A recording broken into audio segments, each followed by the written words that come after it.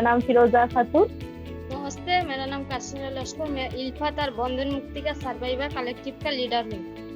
Present madam flower work business करती हूँ, साड़ीज और गारमेंट का ट्रेडिंग का।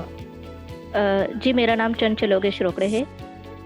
तो मतलब कि सिलाई भी करते हैं और अपना पार्लर भी चलाते हैं।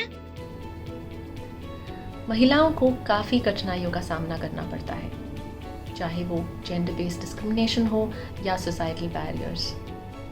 उसके बावजूद भी उन्होंने हमेशा आगे बढ़ने का हौसला बनाए रखा। बहुत सी महिलाएं अपनी मेहनत के बल पर नई ऊंचाइयां छू रही हैं और नाम रोशन कर रही हैं। हमने ऐसी ही कुछ महिलाओं के साथ बातचीत की। इन उद्यमियों ने हमें बताया कि उद्यम चलाने में उनको कितनी प्रकार की कठिनाइयों का सामना करना पड़ता है।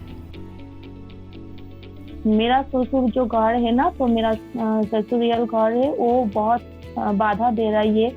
वो बोल रही है कि बिजनेस नहीं करो और बिजनेस बहुत बड़ा है, बिजनेस नहीं होगा, तुम क्या करो, तुम तो लड़की हो, तुम कैसे करोगी ये बिजनेस। और अपने गांव में ऐसा रहता है कि जो महिला विधवा हो गई, परित्यक्ता हो गई, तो उसे बहुत बंधन में डाला दिया जाता है। उसने बाहर नहीं रहना चाहिए, पुरुषों को नहीं बोलना चाहिए, और घर में ही रह के सब कुछ सहना चाहिए, उसकी आवाज़ नहीं उठानी चाहिए। हम लोगों को ही नहीं, हर किसी को भी उस चीज़ की बातें तो सुनना ही पड़ता है, लेकिन हम लोगों को बहुत ज़्यादा होती है। लेकिन वो लोग उस चीज़ की बात कर रहे हैं, ताना मार रहे हैं, समझ के हम लोग बाहर नहीं आ सकते। अगर आएंगे तो हमें है कुछ काम नहीं मिलेगा।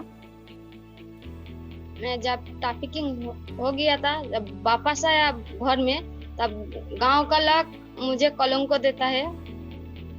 क्यों बाहर जा रही हो? महिला कब बाहर जा रही है? क्या बाहर जाके क्या करोगे? हमने हाल ही में महिला उद्यमता के ऊपर एक स्टडी की, जिसमें हमने देखा कि 82% औरतों ने अपनी पसंद से उद्यमता का रास्ता चुना। उनमें से 60% महिलाओं ने यह फैसला इसलिए लिया क्योंकि उनके घर की आर्थिक स्थिति ठीक नहीं थी और वह अपने घर को सफलता के इस पथ पर ले जाना चाहती थी। ऐसी ही एक महिला सुगड़ी देवी राजस्थान की रहने वाली सिलाई और बुनाई में महारत हासिल कर आत्मनिर्भर बनी और आर्थिक रूप से अपनी परिवार की मदद की। कौन बनेगा करोड़पति जैसे प्रसिद्ध शो में भी गई। उनका काम इतना सराहा गया कि उन्होंने NIFT जैसे कॉलेजेस में वर्कशॉप्स दी और इसके साथ साथ 11,000 महिलाओं को भी सशक्त बनने का रास्ता दिखाया। ऐसे बहुत सारी महिलाएं हैं जो अपने पैरों पर खड़े हो आगे बढ़ रही हैं।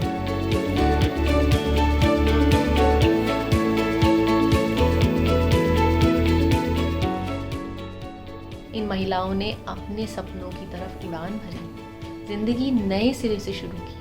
अपने घर को तो तरक्की की राह पर लेकर ही गई, साथ ही साथ अन्य महिलाओं को भी प्रोत्साहित किया कि वो अपनी परेशानियों का डटकर मुकाबला करें। ये तो बहुत अच्छा लग रही है। जो ट्रेन गांव में और मेरा बाबा का फैमिली और सब लोग बोल रही तो बहुत अच्छी है, तुम बहुत अच्छी लड़की है, बहुत साहसी है, तुम एक इतना बड़ा बिजनेस शुरू करना, इतना बड़ो साहस करके आगे बढ़ना, तो ये सब कुछ जो बोल रही थी तो बहुत अच्छा लग रही है, बहुत कॉन्फिडेंस लग रही है, बहुत गर्व लग रही है। ये मेरा बहुत अच्छा फील करना मेरा। मुझको अब थोड़ा थोड़ा आत्मविश्वास यानी कि अपने आप पे भरोसा आ रहा है, मैं कुछ तो कर सकती हूँ अपने लिए। लेकिन अब मेरा सफर ऐसा हो रहा है कि बढ़ रहा है। अब मुझे 10 लाख नहीं 15 लाख भी मेरे ऊपर लोन हो तो मुझ में कोई दिक्कत नहीं है। मुझे कॉन्फिडेंस है कि मैं सब धीरे धीरे बिजनेस में कमा के और चुका दूंगी। तो मतलब एक डर सा था ना कि कौन मेरे यहाँ आएगा, कौन मुझसे सीखेगा, कौन मुझसे मतलब क्रिएटिव फेशियल करवाएगा, मतलब एक मन में डर था। लेकिन अब डर नहीं लगता है। हार जो जाती है जब मान लिया जाता है, हार जो जाती है वो मान लिया जाता है। जीत तब होती है जब ठान लिया जाता है। महिलाएं जब सशक्त होती हैं तो पूरा समाज सशक्त होता है।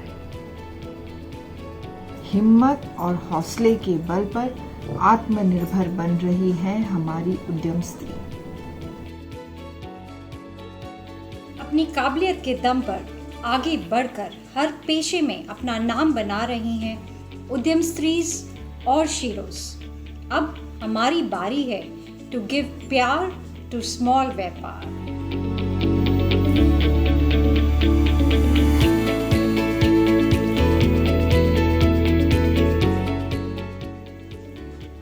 प्यार टू स्मॉल व्यापार।